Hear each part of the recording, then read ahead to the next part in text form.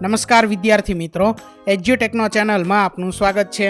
આજે આપણે ધોરણ 6 વિષય સામાજિક વિજ્ઞાનની સ્વ અધ્યયન પોથીમાં પાઠ નંબર 17 જીવન નિર્વાહ તેના તમામ પ્રશ્નોના જવાબની સમજ મેળવીશું.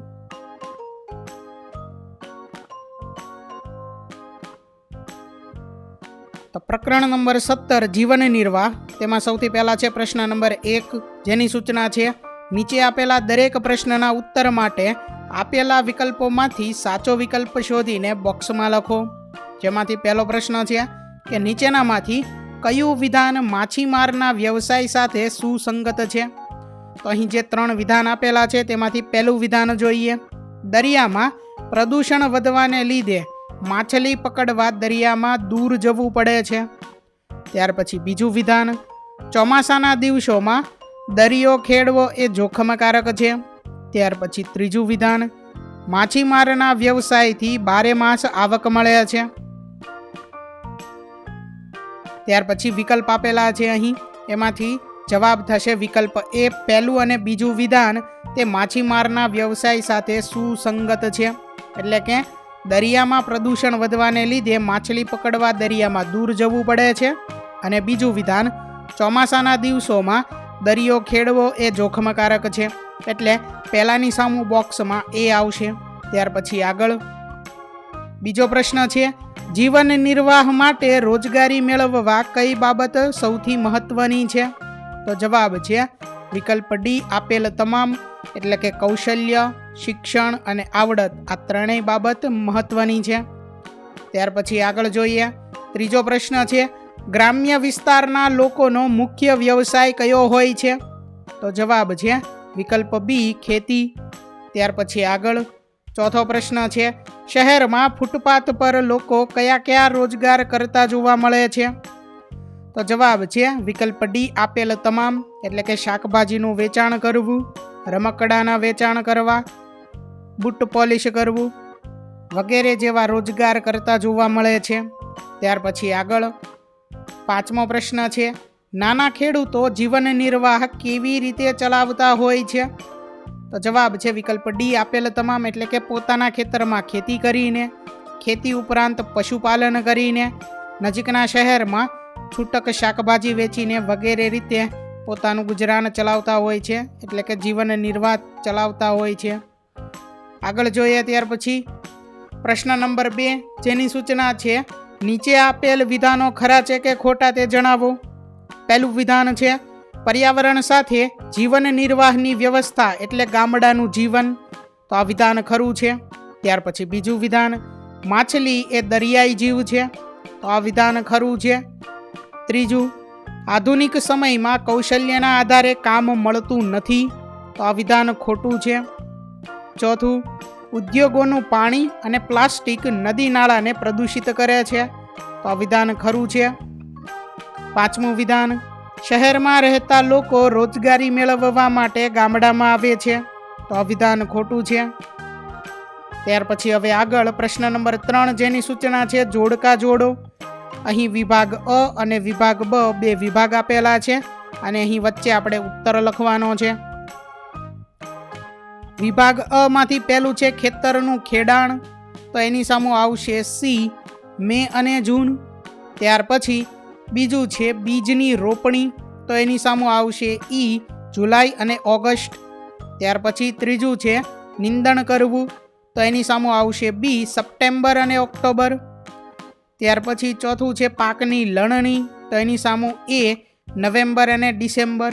એટલે પહેલાની સામે આવશે સી, બીજાની સામે આવશે ઈ, ત્રીજાની સામે આવશે બી અને ચોથાની સામે આવશે એ. આગળ જોઈએ ત્યાર પછી પ્રશ્ન નંબર 4, જેની સૂચના છે નીચે આપેલ વિધાનોમાંથી ખોટો શબ્દ છે કે વિધાન ફરીથી લખો. એટલે કે અહીં જે વિધાન છે તે વિધાનમાં ગામડા અથવા તો શહેરમાં, આ 2માંથી ખોટો શબ્દ છે તે ચેકવાનો છે અને સાચું વિધાન ફરીથી લખવાનું છે. તો અહીં પહેલા વિધાનની અંદર ગામડા શબ્દ ચેકવાનો છે. એટલે આપણું સાચું વિધાન બને, શહેરમાં રોજગારી મેળવવી ખૂબ જ કપરું કામ છે. એટલે આ રીતે ખોટો શબ્દ ચેકી અને વિધાન સાચું બને તે ફરીથી લખવાનું છે. ત્યાર પછી બીજું જે વિધાન છે તેમાં વધુ શબ્દ જે છે તે ચેકવાનો છે, એટલે આપણું સાચું વિધાન બને ગ્રામીણ જીવન જીવતા લોકો ઓછી સુવિધાઓનો ઉપયોગ કરે છે. ત્યાર પછી આગળ ત્રીજું વિધાન છે તેમાં ગામડા શબ્દ જે છે તે ચેકવાનો છે, એટલે આપણું સાચું વિધાન બને ઔદ્યોગિક રોજગારી શહેરમાં વધુ મળી રહે છે. ત્યાર પછી આગળ ચોથું વિધાન છે તેમાં શહેર શબ્દ જે છે તેના ઉપર ચેકવાનું છે શહેર શબ્દને, એટલે આપણું સાચું વિધાન બને ગામડામાં વ્યક્તિ એક કરતાં વધારે વ્યવસાયના કામ સાથે જોડાયેલ હોઈ શકે. ત્યાર પછી આગળ પાંચમું વિધાન છે તેમાં 2000 જે અંક આપેલો છે તેને ચેકવાનો છે, એટલે આપણું સાચું વિધાન બને આપણા દેશમાં 5000 કરતાં વધારે શહેરો છે. આગળ જોઈએ ત્યાર પછી પ્રશ્ન નંબર 5 જેની સૂચના છે નીચે આપેલ પારિભાષિક શબ્દોની સમજ આપો. જેમાં પહેલો શબ્દ છે જીવન નિર્વાહ.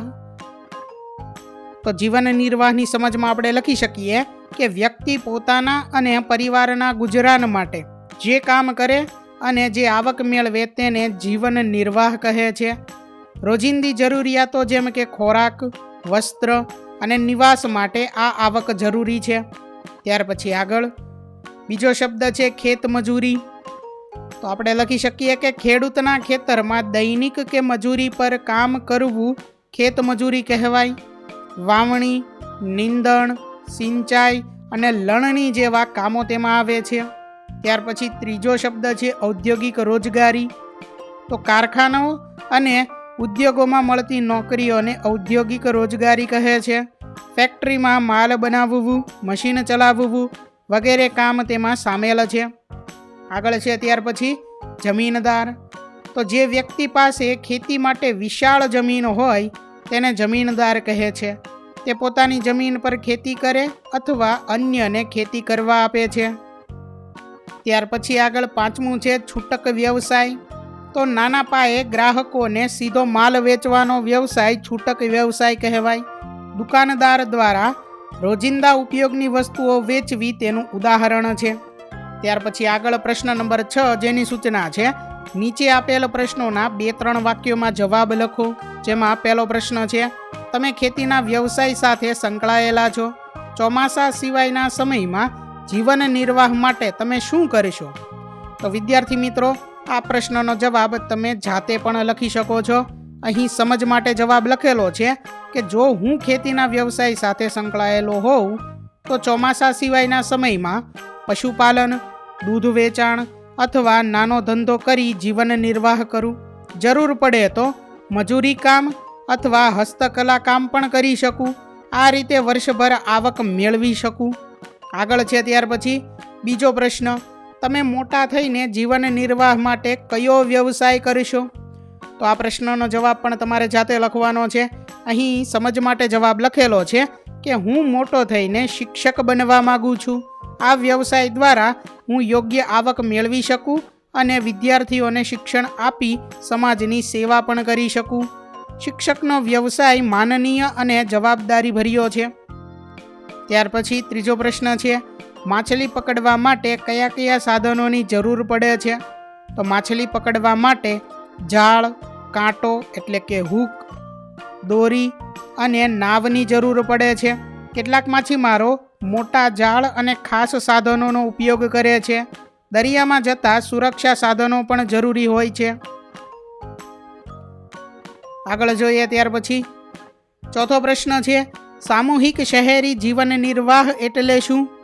તો શહેરમાં લોકો પરસ્પર સહકાર અને વિવિધ વ્યવસાયો દ્વારા જે જીવન નિર્વાહ કરે તેને સામૂહિક શહેરી જીવન નિર્વાહ કહે છે. દુકાનદાર, મજૂર, ડ્રાઈવર અને કર્મચારીઓ એકબીજા પર આધાર રાખે છે. આ રીતે શહેરનું જીવન ચાલે છે. ત્યાર પછી આગળ છે પાંચમો પ્રશ્ન ગામડામાંથી કઈ કઈ ચીજ વસ્તુઓનું વેચાણ શહેરોમાં કરવામાં આવે છે? તો ગામડામાંથી અનાજ, શાકભાજી, ફળો, દૂધ, કપાસ અને લાકડું જેવી ચીજ વસ્તુઓ શહેરોમાં વેચાય છે. શહેરના લોકો રોજિંદા ઉપયોગ માટે આ વસ્તુઓ ખરીદે છે. ગામડા અને શહેર વચ્ચે વેપાર સંબંધ રહે છે. ત્યાર પછી આગળ છઠ્ઠો પ્રશ્ન છે ચોમાસાના દિવસોમાં દરિયો ખેડવો કેમ જોખમકારક હોય છે? તો ચોમાસાના દિવસોમાં દરિયામાં તોફાની પવન અને ઊંચા મોજા ઉઠે છે. આથી નાવ ડૂબી જવાની અથવા અકસ્માત થવાની શક્યતા રહે છે. તેથી આ સમયમાં દરિયો ખેડવો જોખમકારક ગણાય છે. અહીં ઊંચા શબ્દ છે, બરોબર, ઊંચા શબ્દ યાદ રાખજો. આગળ ત્યાર પછી 7મો પ્રશ્ન છે, તમારા ઘરની આસપાસના વિસ્તારમાં કઈ કઈ ચીજ વસ્તુઓની દુકાનો આવેલી છે? તો જવાબ છે કે મારા ઘરની આસપાસ કરિયાણા, શાકભાજી અને દૂધની દુકાનો આવેલી છે. સાથે દવા દુકાન અને સ્ટેશનરી દુકાન પણ છે. આ દુકાનો દ્વારા રોજિંદી જરૂરિયાતોની વસ્તુઓ સરળતાથી મળી રહે છે. વિદ્યાર્થી મિત્રો, આ પ્રશ્નનો જવાબ તમારે જાતે લખવાનો છે. તમારા ઘરની આસપાસના વિસ્તારમાં જે ચીજ વસ્તુઓની દુકાનો આવેલી હોય તેના વિશે અહીં જવાબમાં તમારે લખવાનું છે. આગળ જોઈએ ત્યાર પછી પ્રશ્ન નંબર 7 જેની સૂચના છે, માગ્યા મુજબ પ્રવૃત્તિ કરો. પહેલી પ્રવૃત્તિ છે કે તમારા ગામ અથવા તો શહેરની આસપાસમાં આવેલ ઉદ્યોગ કે ઔદ્યોગિક વસાહત વિશે માહિતી એકત્ર કરી હસ્તલિખિત અંક તૈયાર કરો. તો વિદ્યાર્થી મિત્રો, અહીં સમજ માટે જવાબ લખેલો છે. આ પ્રવૃત્તિ જે છે તે તમારે જાતે કરવાની છે. તમે ગામ અથવા તો શહેરમાં જ્યાં રહો છો ત્યાં તમારી આસપાસ આવેલ ઉદ્યોગ અથવા તો ઔદ્યોગિક વસાહત જે છે તેની માહિતી તમારે ભેગી કરવાની છે અને તેનો હસ્તલિખિત અંક તૈયાર કરવાનો છે. જોઈએ અહીં જવાબ કે મારા ગામની આસપાસ એક ઔદ્યોગિક વસાહત આવેલી છે જ્યાં વિવિધ કારખાનાઓ કાર્ય કરે છે. અહીં કપાસ, દૂધ ઉત્પાદનો અથવા નાના ઉદ્યોગોમાં વસ્તુઓનું ઉત્પાદન થાય છે. આ ઉદ્યોગોમાં ઘણા લોકો રોજગાર મેળવે છે. ઉત્પાદિત માલ અન્ય શહેરો અને રાજ્યોમાં મોકલવામાં આવે છે. ઉદ્યોગોના કારણે વિસ્તારનો આર્થિક વિકાસ થાય છે.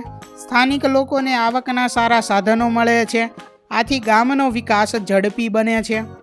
ત્યાર પછી બીજી પ્રવૃત્તિ છે, તમારા ગામ કે શહેરમાં કામ કરતા વિવિધ વ્યવસાયકારો, ઉદાહરણ તરીકે દરજીકામ, કરિયાણાના દુકાનદાર, સાયકલના પંક્ચર કરનાર વગેરે વિશે માહિતી મેળવી તેની નોંધ કરો. તો આ પ્રવૃત્તિ પણ તમારે જાતે કરવાની છે. અહીં સમજ માટે જવાબ આપેલો છે કે મારા ગામમાં ઘણા લોકો વિવિધ વ્યવસાય સાથે જોડાયેલા છે. દરજી કામ કરનારા લોકો કપડાં સીવીને જીવન નિર્વાહ કરે છે. કરિયાણાના દુકાનદાર રોજિંદી જરૂરિયાતની વસ્તુઓ વેચે છે. સાયકલના પંક્ચર કરનાર વાહનોની મરામત કરે છે. દૂધવાળા, વાણંદ અને લોહાર જેવા લોકો પણ પોતાની સેવાઓ આપે છે.